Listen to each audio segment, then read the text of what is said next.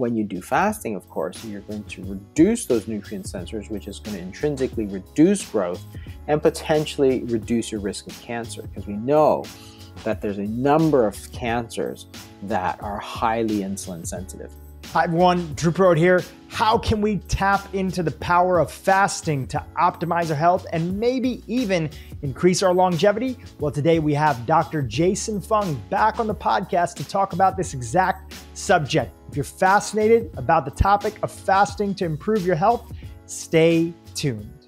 You've talked about fasting for so many different aspects of health, from obesity to diabetes to cancer.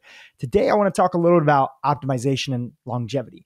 So let's start off with the basics. What role can fasting play when it comes to optimizing our health and maybe even longevity? Yeah, that's a really interesting question because a lot of the research is still coming out. But fasting does a lot of different things. And remember, when we're talking about fasting, it's really just any period of time that you're not eating. So there's no specific sort of, you must do sort of like 40 days and 40 nights thing. There's no necessarily set limit. It all depends on the different type of person. However, there are several interesting things that happen as you get into sort of, 24 hours plus of fasting. And the thing that most people talk about most commonly, or the sort of most topical thing, is autophagy. And that's one of these things that has really, in the last, say, 5 years, has really broken through into the public consciousness, because in 2016, one of the big researchers in autophagy was awarded the Nobel Prize in Medicine. So, of course, it brought a lot of publicity to it. A lot of people heard about it. And what it is autophagy is this process where when you don't eat, your body starts to eat itself. That's what the word actually means. Auto meaning self, and phagine meaning eat. So you eat yourself. Sounds really bad. Sounds like, you're catabolizing, you're cannibalizing yourself. But that's actually very, very good, because what it does is, in a time where you don't have a lot of access to food, so such as fasting, your body is going to break down sort of the sort of low level stuff. So the proteins that are not working too well, they're really old, they're sort of junky, and it burns it off for energy. And it happens to these subcellular organelles. And basically what you're trying to do is get rid of all the junk. So it's one of these mechanisms that's very hard to activate otherwise. And it's very important because a lot of the research was done on yeast. So this is actually a mechanism that has been conserved through evolution, basically through all sort of living things from yeast onwards. So very, very important to health if you look at it from that standpoint.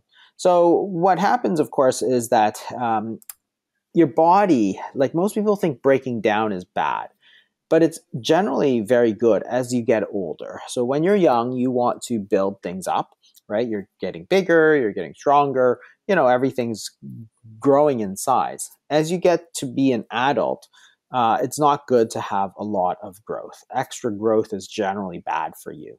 So whether you're talking cancer, or whether you're talking, heart disease and stuff, which is, a lot of growth factors are actually going to make it worse. So one of the things that is really important to do is actually get rid of these sort of old junky parts. And then what happens, of course, during fasting is that as you sort of get rid of all that old junk, then your growth hormone is high. So as you eat again, your body is going to start rebuilding whatever is necessary. So you start with getting rid of stuff, then your body says, okay, so what do I actually need? And then it's going to rebuild it. So when you think about that whole process of getting rid of old stuff and then bringing back or rebuilding new stuff, it's the process of rejuvenation. So if you think about renovation, for example, you think that, building is good, but you can't renovate that way.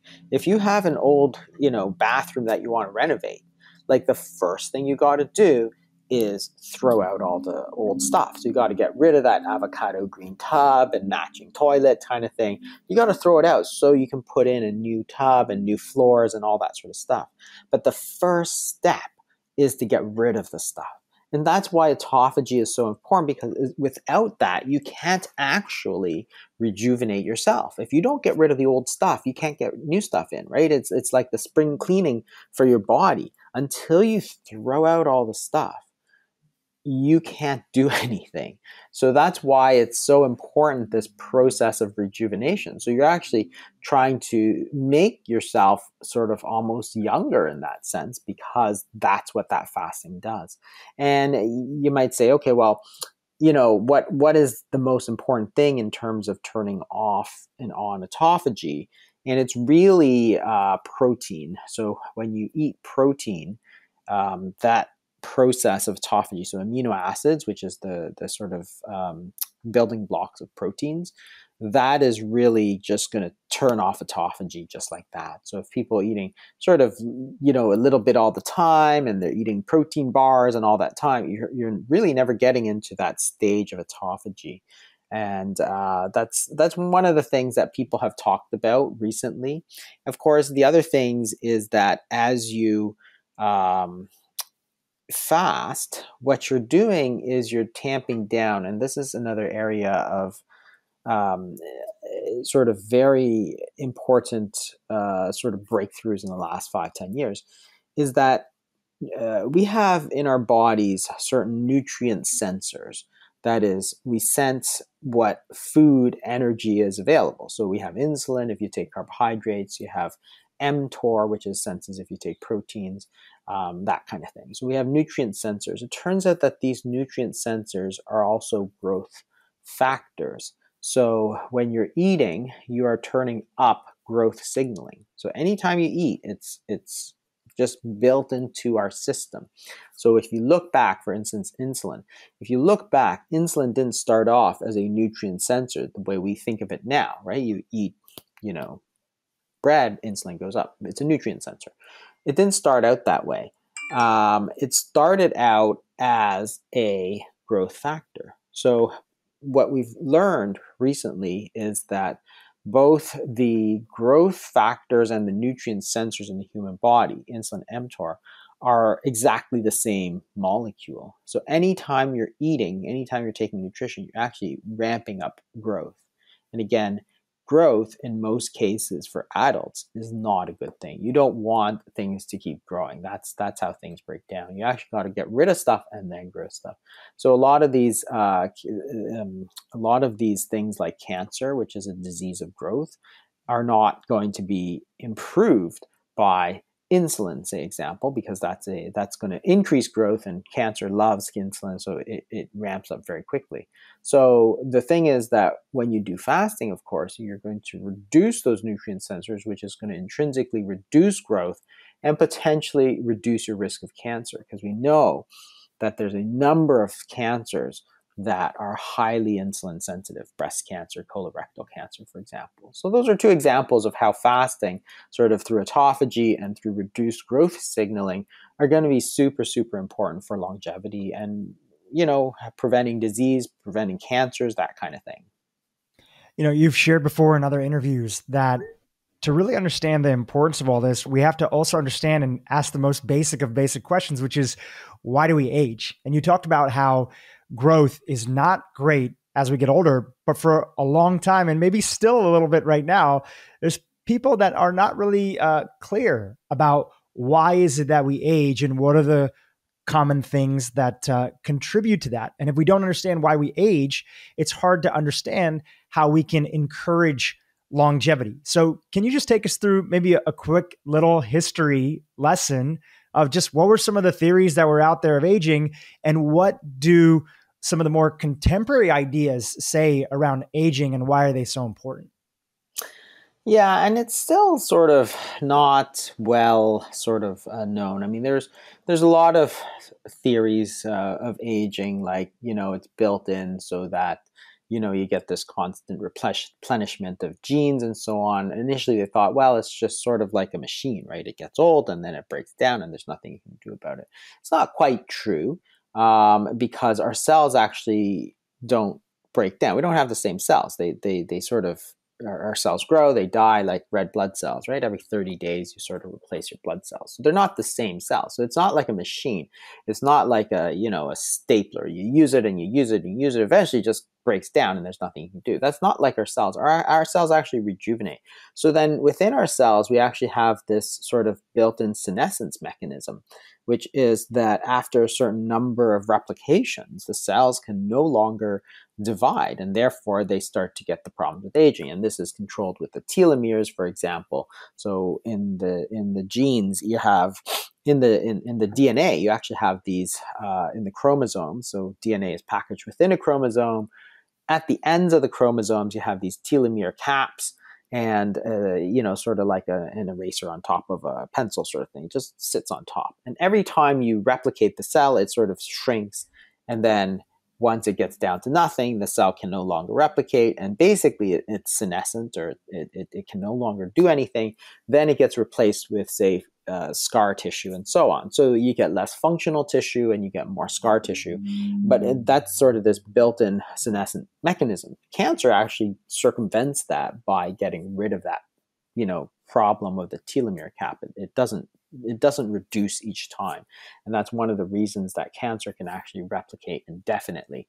And that's one of the interesting things you see with unicellular organisms as well, as we talked about with the cancer code.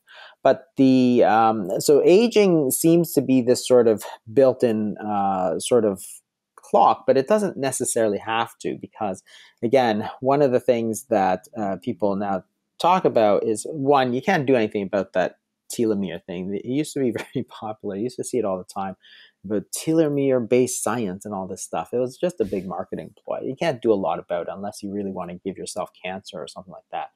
But the whole idea is that with aging, it's not just about the sort of age, it's about the health as well. So people talk now about the health span, and in terms of aging, can you really slow it down by increasing this sort of rejuvenation of, this is not of the cell, but of those subcellular parts, as with autophagy and fasting, and also to some extent slowing down metabolic rate, which I actually think is kind of interesting as well, because one of the things that people always talk about, and this is a bit of a sidebar, but people always talk about how they want to keep their metabolic rate revved up. And I always think, okay, sure, it's easier to lose weight that way. I get you on that. But if you're not trying to lose weight, is it really beneficial to keep your metabolic rate revved up? Because, it's like a car, right? You rev the engine, you can run faster, but you're going to burn out sooner. So it's like, are you really sacrificing one way or the other? So the way a lot of people look at it now is sort of this seesaw between growth and longevity. So, you can either grow really fast, but you're going to live a short time, or you're going to be on the other side of the seesaw, which is you're not going to grow and you're going to live long, right? So that's where people are looking at, trying to slow down growth, trying to say, okay, let's make sure that we're not stimulating these things that are going to increase growth factors, and those are all the nutrient sensors. So you look at some of the longest sort of lived people in the world, Okinawa and stuff, where they talk about, eating 80%, until you're about 80% full, and, people in Japan who also eat very little. So their metabolic rates are likely lower. Like if you ever go to Europe or Japan or some of these places, they don't eat much. I mean, compared to an American meal, like you go to a restaurant and you go, whoa, I just paid a lot of money and that's all the food I get. So they don't eat a lot. So clearly they're used to it. So therefore, if they're not eating a lot, then since their weight is stable, their metabolic rates probably are not running as fast either. So therefore, they may be by eating smaller amounts by tradition, they may be choosing sort of to slow down growth and trying to go for that longevity as opposed to that growth, which is where Americans, North Americans, Canadians tend to be more, let's hit the growth and then we don't hit that longevity as well. So if you're talking longevity, it's tied in very tightly to growth factors, growth signaling, that kind of thing.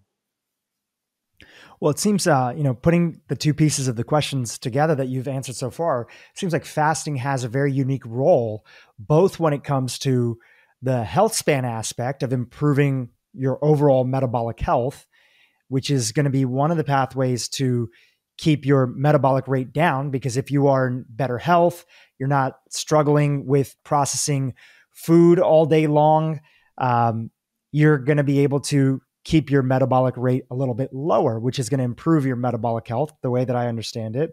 And then there's this other aspect where fasting also can play. It's not fully understood, but at least some evidence that's there. It can play a role with longevity. So it's both the health span and the lifespan. And is that a good way to think about it?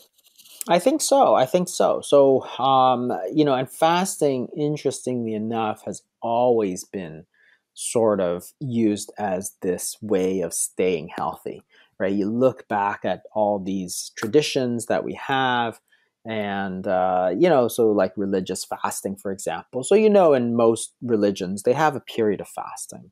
And of course, at the time that these religions were established, there's not a lot of obesity. In fact, starvation is the predominant, is much more common than obesity back, say, 2, 3, 4,000 years ago, whenever these religions, and there's tons of them, right, that do the fasting. So it's interesting because when they talk about the fasting, it's a form of, they're not trying to punish themselves, right? It's not that they're trying to do something bad. They're usually trying to do something healthy for the body. So whether you're talking Buddhism or Hinduism or Christianity or, whatever it is, sometimes it's couched in terms of sort of self-denial, but a lot of times it's just something it's supposed to be sort of intrinsically healthy for you. And it's interesting because this is outside of weight loss. So for North Americans, particularly, the weight loss thing is a huge impact. Like that's a huge health benefit right there from fasting. So, but in terms of longevity, it may be that also it's going to have this massive improvement in longevity by doing something. And it's sort of always been recognized that it is something that's healthy for you, whether they talk about a detox or whether you talk about a purification or, a cleansing or something. It's always termed in the same way that it's something that you're sort of clearing out the old junk sort of thing. And interestingly enough, that's exactly what autophagy is. So in the last sort of 10 years, we've actually recognized the science behind all of this old sort of terminology of cleansing and detoxification that, hey, maybe it's actually true. Maybe we've only just sort of put the scientific term on what all these other people who, they didn't know the science, but they knew the benefits of what they were doing and then codified it within these religious practices that various people follow. So it's an interesting way to look at it. So not only, as you said, with the health, in terms of weight loss and all that stuff, that's immediately, obvious, but there may be that sort of hidden thing that takes a little longer for people to understand. Yeah, hey, this is something that's really, really highly beneficial for us. Let's talk about caloric restriction and the importance of, first of all, for people that don't know what it is, just explaining, and how it fits in to the conversation that we're having here. Yeah, so caloric restriction is probably the only really well-established scientific way of increasing longevity. And it's mostly animal studies. So they do this in animal studies. They take rats or something, and they have one that eats whatever they want and one group where they restrict how much they eat. And the group that restricts how much they eat generally live longer. So fruit flies, and they've done it in all kinds of animals. So that this has been shown for ages. And that was sort of this really interesting, and the first studies that came out with, came 30, 40 years ago, as a real shock to people, because people thought, well, hey, if you're more nourished, right? More nutrients, more vitamins. You're going to live longer, but they didn't. They all lived shorter. And that was quite a shock. And this is that whole, that's what sort of is that whole seesaw between growth and longevity sort of thing. So caloric restriction is well established in most animal models as a way to increase longevity. In humans, of course, it's really hard to do those studies. There was a few inadvertent sort of ways to do it, but the problem is that you have to go between malnourishment. You don't want to get malnourished, so there's this continuum between calorie restriction, which is okay, and malnourishment, where you're just not getting enough vitamins and minerals and stuff, and then you actually do very badly. So sometimes they've crossed over. There was a couple of biosphere experiments where they sort of crossed that line. I think, remember those old experiments where people would live in this contained dome and stuff, and it was a little controversial at the time, but they wound up sort of fairly severely calorie restricting themselves, and it wasn't always pretty. It wasn't great. So that was sort of an inadvertent human experiment into it. A fascinating sort of study for thing to look at sort of 20 years ago. But the whole idea is that if you are well nourished, as most people in North America say are, then the calorie restriction may actually improve your lifespan and health span by a fairly significant amount. So caloric restriction, and the question then is, how do you do it? And this is one of the big questions. So you can do it like the Okinawans do it, where you say, I am going to sort of eat to 80%. And so you impose that sort of structure so that you can do it. If you don't impose any kind of structure and you think day to day, I'm just going to stop eating, a little bit. If you have to keep thinking about it, it's never going to work. Fasting is another way, of course, to impose that sort of caloric restriction by giving you the structure. So if you say, I'm not going to eat today, then you're almost automatically going to, calorie restrict yourself.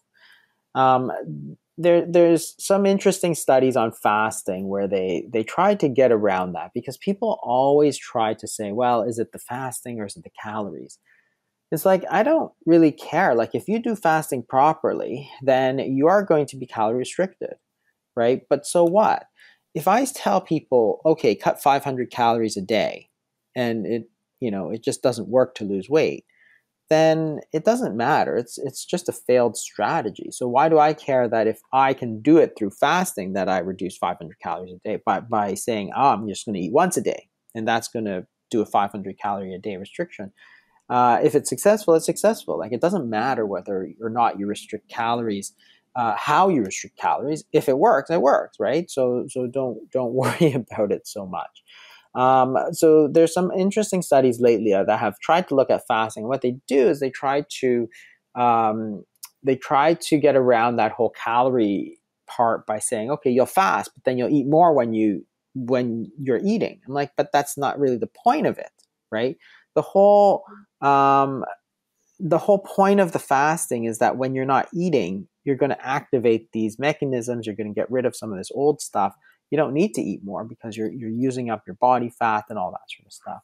So the calorie restriction part of things is certainly part of the fasting. So therefore, I think you just have to take it all together, and rather than try to sort of tease it out and say, well, is it the calories? Is it the fasting? It's all part of the same thing. So it's just not that easy. If you eat once a day, or if you eat once every 2 days, it's not easy to pack all those 3 meals into a single one. Yeah, I think what's important about what you're saying, and please correct me if I'm wrong, because I definitely get things wrong sometimes, is that, we call it caloric restriction, and it is the most studied model for increasing longevity, specifically in animal trials. But we don't want to get too caught up in the idea of the calorie component. It's really just taking a break from your body doing that work so it can enter into the repair mode. And when you understand that, you can take advantage of it, because even the idea, and we've talked about it a bunch of this podcast, that the primary recommendations and guidance from whether it's the FDA or the World Health Organization, that weight loss is primarily a math equation.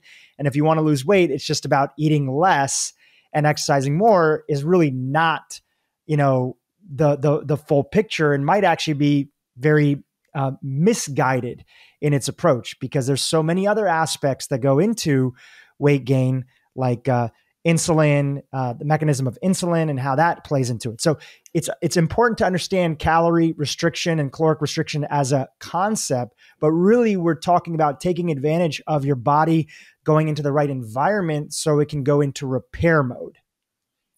Exactly. And that's the whole idea of this seesaw, right? You're either going sort of in growth mode, or you're going into sort of repair mode, right? And that's one of the things that it's been a real shift in the last sort of number of years, because of course this whole idea of rejuvenation, repair, and stuff was probably only about 5 or 10 years. Like before that, everybody was like growth. So it's like, if that's what you want to do, then it's eat, which is, of course, then you wound up with this whole obesity epidemic, then this kind of thing. But you're absolutely right. I mean, this whole calories debate is, to my mind, always a little bit silly. So the whole thing about calories is that it's not a concept from physiology. It's a concept from physics. So it's a unit of heat energy. That's purely what it is, right? But it doesn't tell you anything about what your body does with that energy. So for example, if you eat a block of wood, it has a number of calories, because if you burn it, it has a lot of calories, because it's energy. That's energy. But your body cannot do anything with it, right? So you eat a block of wood, it comes out your rectum, and that's it. That's all. There's no energy associated with it, even though within that wood there is a lot of potential energy. So it's the same thing, right? The calories, your body doesn't say, oh, you have this X number of calories, so I'm going to do this. No, your body has to translate that into something else. And that's that piece that's missing, right? It translates it into hormones, which is why you always have to look at the hormones, because that's sort of the language of the body.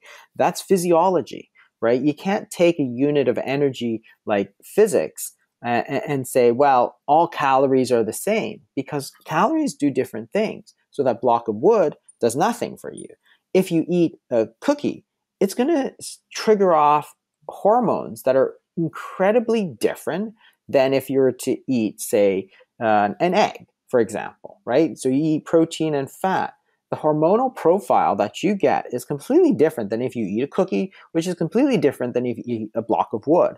Yet the calories are all equal. So how is that the same? Because those hormones are what tells our body what to do. Go into growth mode, go into repair mode, or don't do anything at all, right, with a piece of wood. So that whole thing about calories is, I say it just because that's what people are used to. It's easy for people to understand what's going on. But truthfully, the whole concept is quite useless to understand what's going on with the body. Like you take, 100 calories of cookies and 100 calories of an egg, for example, right? The minute those foods go into your mouth, the hormonal response is totally different. Therefore, our bodies are going to be doing something completely different with those two foods, even though they're the same calories, right? If your insulin goes up, your body says, store that calories as fat. If it doesn't go up, your body will say, take those calories and use them, burn it for energy, right? So it's totally different. And, I think that's where people get so messed up, is because we're so ingrained in this idea of calories, that calories are equal, because when you put them as the same thing, right? 100 calories of cookies, 100 calories of broccoli. Well, now they're both 100 calories, so you can treat them the same. You cannot treat them the same. There's no physiologic way like that they are the same in any degree. Like, yes, there's an overlap. Sure, there's more overlap between that and 100 calories of wood, but those calories is nothing. It's just energy, right? what our body does with that energy is what's important. Do you store it as fat? Do you build new proteins, right? Do you just increase the metabolic rate and burn it as heat, for example? It's all different, right? In one case, you're going to get stronger, right? In one case, you're going to get fatter. And in one case, your metabolic rate's going to go up. Completely different from the same 100 calories. It's such an important point. And this idea, which was really a theory, the calorie in, calorie out model of obesity and sort of why we gain weight, it's so indoctrinated into society that a lot of individuals, including well-established experts and doctors, took it as just settled science. And recently, there was a big paper that was done, a review paper in the American Journal of Clinical Nutrition by Dr. David Ludwig at Harvard, including a bunch of other doctors that were there too. And really, they took you through the whole journey of how we got there, how it was shaky science that sort of led to that understanding. And you've talked about this as well too, just highlighting it because that paper was published recently. We'll have the link in the show notes. And then all the way to the idea of understanding exactly what you shared about how hormones is the missing piece of the puzzle. When I read that and I hear your example, I often think about, NASA has the largest vacuum that they use to test devices that they're going to put in space. It's the largest vacuum in the world. And it's, I think it might be in Georgia, but I'll have to double check that. And if you take a bowling ball and you take a feather and you drop it in a vacuum, they both fall at the same rate. But in the real world, if you're in a Boeing 747 and you drop a bowling ball and a feather at the same time, they're not going to fall at the same rate. And our body is like that. It's a bunch of moving parts and pieces. It's not just physics that are in isolation. That's what I'm hearing from your message. Well, exactly. And there's, I think the whole calories thing is sort of physics envy sort of thing, right? We want to be as clean and as precise as physics is, right? Because you look at physics, wow, they're building spaceships and, computers and all this stuff. And it's like, this is great, right? So physics is all very precise. It's all very math-based. And when physiology wants to be sort of, has all this physics envy, they're like, we want to be precise, just like physics. But then you ignore the whole messiness that is human physiology because does insulin go up? Take those 100 calories, right? Does insulin go up? Does it not go up? Does peptide YY, which is a satiety hormone, go up? Does it not go up? Do the stretch receptors in your stomach go up or down if you eat a big fibrous meal, like a big, if you eat a lot of, say vegetables and your stomach stretches out? Well, it doesn't have any calories because you could eat hair and your stomach will stretch and turn on your satiety signals, right? So there's stretch receptors in the stomach. Do those 100 calories, do they increase cholecystokinin, which is in response to fat, for example? What does it do to leptin? Like it's messy like crazy, but that's reality, right? And all it means is that, because every food is going to have a different hormonal profile, all it says is that certain foods for the same number of calories are more fattening than others, which is actually just common sense, right? I don't think anybody would really doubt that cookies and ice cream is more fattening than salmon and salad. It's hard to get fat eating salad. It just is, right? So that's very common sense. It's totally in line with what the physiology is, that, hey, all these foods have different hormonal profiles. Some are going to lead to more body increasing fat stores, right? And others are not. So therefore, some foods are more fattening than others. That's all it says, right? I don't see how that's so non-scientific. Because some people say, oh, you're a calorie denier or something like that. I'm like, I'm just telling you that calories is not a concept of physiology. It's a concept of physics. And it's this whole idea that they are equal, and this whole idea of, creating a caloric deficit. I mean, that's another really stupid idea, I have to say. So this idea of, to lose weight, you have to create a caloric deficit. Now, that's always true. The question is, how do you create the caloric deficit? Remember, when you take that energy balance equation, you have body fat, which is a storage form of energy, right? It's a storage form of calories. It's stored calories. That's basically what it is. Body fat equals calories in, calories out. So when you look at that, it's inequality, right? X equals A plus B or whatever, right? So body fat equals calories in minus calories out. That's always true. The question is, so it's not two things. You have three variables there. And those always have to balance. So you can never have a deficit.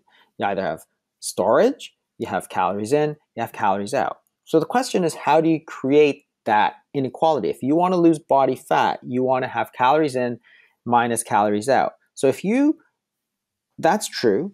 So, but then they take that next step and they say, therefore, all you have to do is reduce your calories in.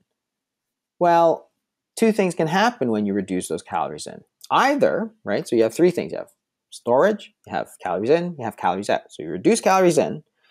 Two possible things can happen. Either body fat goes down, which is what they tell you is going to happen, or, which is perfectly in line with math, right? Either when calories in goes down, either body fat goes down or calories out goes down. Both are possibilities because there's three variables here. What they don't tell you, which is what the science of the last 100 years has told you, is that every time you reduce calories in just by focusing on calories and not focusing on the hormones, what happens is not that the body fat goes down, but that the calories out or your metabolic rate goes down. So we know this from, I don't know, there's hundreds of years of research of this. The first research looking at this was from 1917. So more than 100 years ago, they showed this exact thing.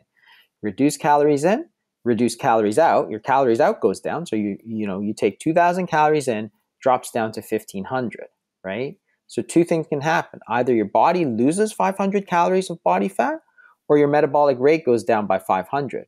Guess which one almost always happens? Is that the calories out goes down. That's just science. We know that. We've been proven that over and over again. So therefore, the question is not about whether or not a caloric deficit reduces body fat. Yes, it does. The question is, how do you create that caloric deficit? You cannot do that by reducing calories in. You similarly cannot reduce it by trying to increase calories out by exercising, which is the other thing that people always talk about. Because yes, when you exercise, you are going to increase the rate of energy that your skeletal muscles will use. But there's all these other parts of your body that exercise does nothing for. So there's your bladder, there's your kidneys. Like, does exercising increase the metabolic rate of your kidneys? Not in the least. Your liver, your heart, your lungs, your brain. Like, there's all these other organ systems that use energy all the time. The skeletal muscle is only a single system, right? So yeah, if you exercise for 6 hours a day, you can sort of overwhelm that effect. But remember, most of us are, say, burning 2,000 calories a day. You go for a run or something, you might burn what? You've seen those treadmills. That calorie counter goes up really, really slowly, right? So if you have somebody, okay, so you burn 200 calories, 300 calories, like, you're not even at 10% of what your body does using your kidneys, your liver, your body heat generation, all that kind of thing. So this idea that you're going to exercise your way out of it is also similarly false. And the other thing is that, remember, there's three variables. You increase your calories out by exercising, two things can happen. One is that you're going to take that energy from your body fat stores. That's what they want to happen. That's what almost never happens. What happens is that you eat more, right? And that's perfectly in balance with this energy balance equation. Three variables. They always only look at two of them, right? As if one of them is fixed, as if your calories out are fixed. And that's the whole thing that these people never seem to understand. I don't know why. It's very obvious when you just, put it out. There's three legs on this stool, right? You change one of the other two can change. It's not for sure that, they say body fat equals calories in minus calories out, reduce calories in, calories out. If it stays stable, then you'll lower your body fat. But it doesn't stay stable. That's the problem. Yeah, it seems that when things are built on consensus understanding, it's much more difficult for people to keep an open mind and ask the most fundamental of questions, because it's, how could we question this? This is what we've been spending all our time, effort, and energy. And a lot of people would have to raise their hand which is actually a beautiful part of science, but it takes a lot of courage, and say, actually, I think we got it wrong. I need to start asking these most fundamental of questions, but that's hard to do when so much of your life, your work, your research, your advocacy has been built on one specific way of looking at it. But the beautiful thing is, especially with, I love, every time I go on YouTube, I love watching your channel, and I love it for two reasons. Besides the fact that you just give incredible information, I'm like, this is an incredible education tool for the person who's out there who doesn't know about all the debates that are there. They just want to improve their health. They're just trying to break free of obesity or type 2 diabetes or feel a little bit better. And they've been trying, and they've been following the standard advice for years. And they actually feel like a failure because everybody around them has been telling them, you're not doing it hard enough, or maybe even you're lying. Maybe you're secretly cheating. Yeah. Maybe you're not cutting your food enough, and you're not exercising enough. And that is a failed message. So I'm just so happy that people can get information that actually can make a huge difference in their life directly from the sources of individuals who are willing to ask and re-question what they were taught about in school. So just another way of me saying that I'm grateful for your work and message. Oh, thanks. Yeah. And I I try to talk about a lot of this sort of physiological stuff on my YouTube channel. Like, talking about things, for example, last week I was talking about sort of the role of monotony in diets and varieties, and, how variety actually makes it more, harder to lose weight because you've got all these sort of delicious foods, because we eat sort of for two reasons, right? You eat for hunger, but you also eat for pleasure, right? So if you take away the pleasure because you're eating the same thing day after day after day, then you're just going to eat for hunger. When you do that, you stop eating as soon as you're not hungry anymore. And that's going to play a role in the end. So you have these drugs, for example, that can suppress the appetite. Nicotine probably is a classic one, right? You just didn't really want to eat as much when you smoked. So people lost weight. And then when they stopped smoking, of course, they gained some weight. But, obviously that's not good for you. But the other thing is that, this whole idea of, it's all calories in, calories out, so it's all willpower. Like, it's a horrible message. It's a horrible message, because now you have all these people who, they listen to them and they say, okay, I cut 500 calories a day. And what happens, of course, is that their metabolic rate goes down. So your body burns 500 calories less, then the weight loss stops. But because you're burning 500 calories a day less, you feel horrible. You have no energy, you're feeling cold all the time. So you increase that a little bit. So instead of, going 500 down, you go say, I'm going to eat 300 less. But your body has burning 500 less. So now you're regaining that weight, right? So, but instead of those people saying, there's something wrong with this treatment of just cutting 500 calories a day. Instead of that, they say, well, you must be cheating on your diet. It's your own fault, right? And it's like, no, it never was. All these millions of women who blame themselves for the failure of their diet when the blame should have been on the diet, the calorie restricted, low fat diet, eating 6 times a day. Those were the things that were the problem, instead they were trying to shift that blame onto them, which was horribly destructive, right? You have people with, emotional problems and self-esteem problems, all because they thought that obesity equals sort of lack of willpower, right? And it was a horrible message, and it's still promoted by a lot of these sort of fitness guys and stuff, because they don't understand the sort of science of, hey, if you take 500 calories a day less, you could either 1, lose body fat, or 2, lower your metabolic rate by 500 calories. And option 2 is 95% of people go, their bodies tend towards option 2. So therefore, that's not good. You're not going to lose body fat. Your body fat stays the same. Your metabolic rate goes down. It's not a failure of willpower. They're still doing that diet, right? It's like on that show, The Biggest Loser, for example. It's always interesting to me because you look at them and they're doing all this stuff. They've got obviously lots of willpower. Like their minds will do it if they set themselves to it, right? They'll run until they puke, sort of thing. You can see it. And yet, we're supposed to believe that these people gain weight because they had no willpower. But it's like, but just look at them. They clearly have a lot of willpower. It wasn't a failure of willpower. It was a failure of understanding that this sort of approach of calorie restriction without understanding the hormones is actually a failed sort of theory. It doesn't work. And it's not that it falls outside of thermodynamics, right? There's three variables here. Either of those two things will satisfy that condition. So therefore you have to do something else. And that's why I talk a lot about it. Sort of, I get very sort of into it because I think it's so unfair to blame these people. It's like, think about it this way. Suppose you have a classroom of 100 children and one of them fails. Sure, that might be his fault or her fault. Maybe they didn't study. Maybe they were lazy. But what if all of a sudden you have 70 kids who fail? Do you think all of those kids were lazy? Or is it the teacher's fault? Because I think it's more likely the teacher's fault. So you take the same thing and say, okay, you have Americans or North Americans or the world for that matter now, because it's becoming a worldwide thing. And if only a few people are obese, you might say, well, those are lazy people. But if now 50, 60, 70% of the world is obese, it's not an individual failure.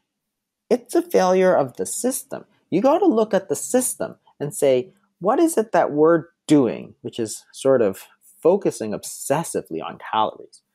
What is it that we're doing that we could do better? Because if we can do that, then we will have served those 50, 60, 70% of people. Instead, we don't. We say our system is perfect. It's all calories in, calories out. It's all willpower. You're just not following the advice. And we turn that blame, which should have fallen onto the system, onto the people who are suffering, which is just blaming the victim. And that's the problem I have with a lot of these things, is that it's all blaming the victim. It's all trying to turn our own failures as a scientific community, our own failure to understand the hormonal basis of obesity, and we're trying to turn the blame onto these people who are suffering from it, right? And it's like, if you're blaming people, you're not helping them. Like, it's not going to work right that, right? And unfortunately, that's the way a lot of academic medicine and, you look at a lot of these, USDA guidelines, just eat less. Like it's like, yeah, that's not going to work. Like, that advice is not useful. If it was useful, I'd be the first one to give it. But it's not useful. It hasn't been useful. It has never been useful. So let's do better, right? That's what I always think. It was such an important message. And I think that one way of doing better is limiting and having different sources of information that's out there. So again, another reason that I'm just happy that you're putting out the content in the books that you do.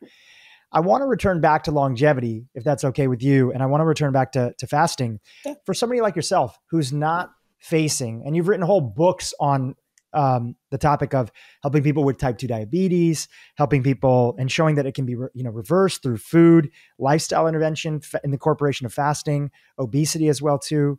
For somebody that maybe is not battling those things, which fasting and very much is a part of, and they are looking to take advantage of some of the topics that you brought up in the beginning, some things that our ancestors knew were a part. They weren't dealing with obesity rates the way that we were, but fasting was still incorporated into their life because there was some innate understanding of its benefits. And I'm sure you're in that category as well, right? You're not facing type 2 diabetes. You're not facing obesity, and you regularly incorporate fasting into your world. Now, I know you have apps and coaching and a whole sort of system and methodology, and it's so personalized and individualized, but would you be willing to share how you incorporate fasting into your own life right now for your unique goals? Yeah, I mean, I'll tell you that my goals, I mean, it's funny because my goals when I started were not longevity at all. It was, I usually skip breakfast because I wanted to sleep until the last minute and then get up, roll out of bed and get to work, sort of thing, right? So I skip breakfast because, hey, why would I get up half an hour early every single day just to make myself breakfast, eat it? I'm not even hungry, right? Why don't I sleep for that extra half an hour? So, and to me, it still remains a it's an important reason to fast. It's like you get so much time, like this podcast. I put it on my lunch hour. So one, it makes fasting easier because I'm not thinking about it. I'm talking to you, right? So it makes the fasting easier. So put it on the schedule. That's a great way to just get right through it. But two, it means that I don't take another hour out of, the next hour and have to go home like an hour late. I can go home, I can read a book, I can do a puzzle, I can, play with my kids, I can exercise. Like, it gives me that time back. Makes your life simpler, right? So there's these benefits that come, which and perhaps it plays into longevity too, because by getting home earlier, I can do the things that I want to do, which is going to lower my stress level, which is huge, right? Stress is a huge killer of Americans. So you're simplifying your life, you're getting time back. Outside of the purely physiologic stuff of what fasting does in terms of obesity, of type 2 diabetes, and other stuff. But, you get better focus, you get, a much simpler life, you get a lot more time back, you save money. Like, there's all these other side benefits of fasting that you don't even start to realize. Against that, you have to plot, okay, so if you have all these benefits, why aren't you doing this? And this is what we talk about a lot in our coaching, is that it's not just about the knowledge. Okay, so there's three things. If you want to change behaviors, there's three things that you got to remember. There's the mind, which is the knowledge. So, of course, 10 years ago, fasting was severely frowned upon. But now, assuming that fasting, hey, it's not that bad for you and you want to do it, but just knowing about it is not enough. The second thing is sort of the body. So what is it that's stopping you from fasting? Is it the hunger? Because that's, even if you should fast, you may or may not fast because, hey, if you're hungry, so you got to know what to do about that hunger. And then you got to put in systems that are going to circumvent it. So if you got to know what you're going to do if you get hungry. So in my case, for example, I drink some green tea usually, or I have some coffee. And then by the time I finish it, I get a hot cup of coffee. By the time I finish it, the hunger passes. And I know that, and that's part of the system. One of the other systems, putting it on the schedule, like we're doing right now, right? So even if I was hungry, I wouldn't even be thinking about it, about, hey, where am I going to go for lunch? Because I've already got you on the schedule now. So by the time I finish here, I'm going to start my office and I'm all done. So that automatic system is what's going to get me through. And those are the systems that a lot of religions had put in. You're doing it with a supportive group, right? It's on the schedule. So Good Friday comes around. It's on the schedule. Is the fasting? Yeah, is it hard? Yeah, but you can get through it, right? Same with Ramadan, same with, Yom Kippur, these other, things. It's on the schedule, right? You've got something to do. And the third thing, so there's the knowledge, so the mind, there's the body, which is what are those systems? How are you going to deal with your body not wanting to do it? And then there's the third thing, which is sort of the spirit, which is what are those emotional things that are going to stop you from doing it, right? So again, we eat for all kinds of different reasons. Only one of which is hunger. So you eat because it's sociable, for example. You go out with friends and you eat. That's what you do, right? When you're fasting, do you have that supportive group? And again, that's how religious groups got through it. That's how millions of people do fasting every single year, whether it's on Good Friday or Yom Kippur or Ramadan. They do it because they do it as a group. They have that group support that's going to give you that emotional support that's going to let you do it. If you don't have that emotional support, and that's one of the things we try to do at the fasting method, is build this community. If you set those norms that, hey, this is our normal, you set that baseline, this is what our baseline is, then you can get through it. And that's nothing to do with knowledge that fasting is good for you or bad for you, right? These are totally different because that's the mind. This is the body and the spirit. So those emotional supports, those constructs that you're going to build to allow you to do that. So for example, 50 years ago, it wasn't so hard to get from, breakfast to lunch to dinner without snacking in between. There's the social construct that we had didn't allow that. Like you took your cigarette break, but people were not eating muffins at that time. They went outside and smoked or whatever. But that construct where you don't eat snacks was ingrained. Now you go to, you have a 2:00 meeting and somebody orders a plate of cookies for you. Well, even if you're not hungry, the cookies are staring you in the face, right?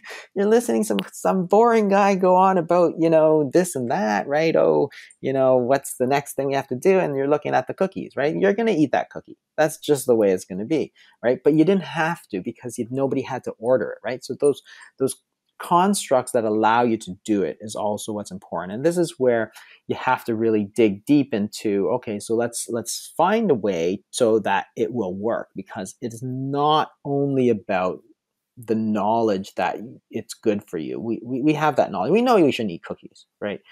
But when you put in the other things like, oh, don't have cookies in the house, no snacks, or if you're an employer, I always think what you want to do is say, look, there's no eating at your desk. There's no eating except in the designated eating spots, right? Cafeteria and so on.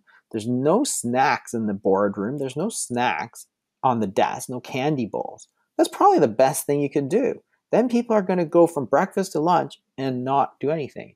No donut shop in the, coming by, no snack cart coming by. Like those are not things we need. And with obesity being so important, it's actually going to be really important for the health of your things. And if I was an employer with a lot of people, that's the first thing I would say. I say, look, it's not fair to our employees who are trying to get healthy and lose weight. So therefore, I am actually just going to get rid of all of these things. Is it easy? Absolutely. You make the rule, who's going to disagree with you? And everybody's going to be healthier, because as soon as you get busy, all of a sudden, no snacks, nothing. You're not looking at the guy eating a cookie at his desk, right? Not allowed. Those are the constructs that you can put in to make things successful for yourself. And those are the constructs that we used to have in our offices and so on that we no longer do. And makes it hard for us. Yeah, and so much of modern life is now looking back to the past, and some of the things that our ancestors or even a few generations ago, because modern life wasn't as pervasive, especially when it came to food and just the options and the stimulations that were there. I would argue the same thing happens with the news, right? You kind of have to be intentional about making sure that you don't get all the news alerts all the time throughout the day that we have with the 24-hour news cycle, and you're going to end up being happier. But it takes a little bit of work to try to reset some boundaries around you to be able to enable that. Well, Dr. Fung, I want to thank you for coming on. I want to be respectful of your time because, as you mentioned earlier, you have to get back to the practice now, but just a little bit of a highlight of some of your world. You mentioned the fasting and the coaching app that you have. Where can people go to sign up if they wanted to get that community support, if they wanted some support with the behavior change, and also to continue their knowledge to even choose what is the right fast for them? Where do people go and how do they sign up? Yeah, so you can go to thefastingmethod.com, and there's an app and there's a website, and there's two parts. There's coaching. You can join as individuals, although we actually tend to encourage people to join as a group, because as a group, you're going to get that additional small group support amongst your own circle, right? So it actually gives you that additional layer of support. So we do group counseling as well, which I think is incredibly important and a little bit underutilized, I think, in our day and age where we tend to go with like individual stuff. And there's also a community, which is basically there's meetings, live streams, there's knowledge. And then for knowledge, of course, the other place to go is YouTube. Just look up my channel. I post stuff sort of most weeks about and on various topics about fasting and weight loss and different topics like that. So go to those, and then of course if you want to take a deeper dive into some of the stuff, I've written a number of books, so you can click on that and definitely check those out. It goes really in depth into the science, because that's really what I like. Whereas the app and all that sort of stuff is mostly about taking that and taking our clinical experience of sort of like 8 years of working with clients and saying, okay, well, the knowledge we can give the knowledge away for free. It's all on YouTube, right? It's all on your podcast. It's all on the blogs. The knowledge is free. That's not the hard part. The hard part is actually building those support systems for, the mind, the body, and the spirit. You got to look at all three, because that's actually the hardest part, not the knowing what to do. That part's actually the simplest part. Hey, YouTube, if you like this interview with Dr. Jason Fung, you're going to love this interview with my friend Dave Asprey, who's taking us through a masterclass on fasting. You'll see benefits in blood sugar regulation. And one of the things that is probably the most dangerous of the four things that's likely to kill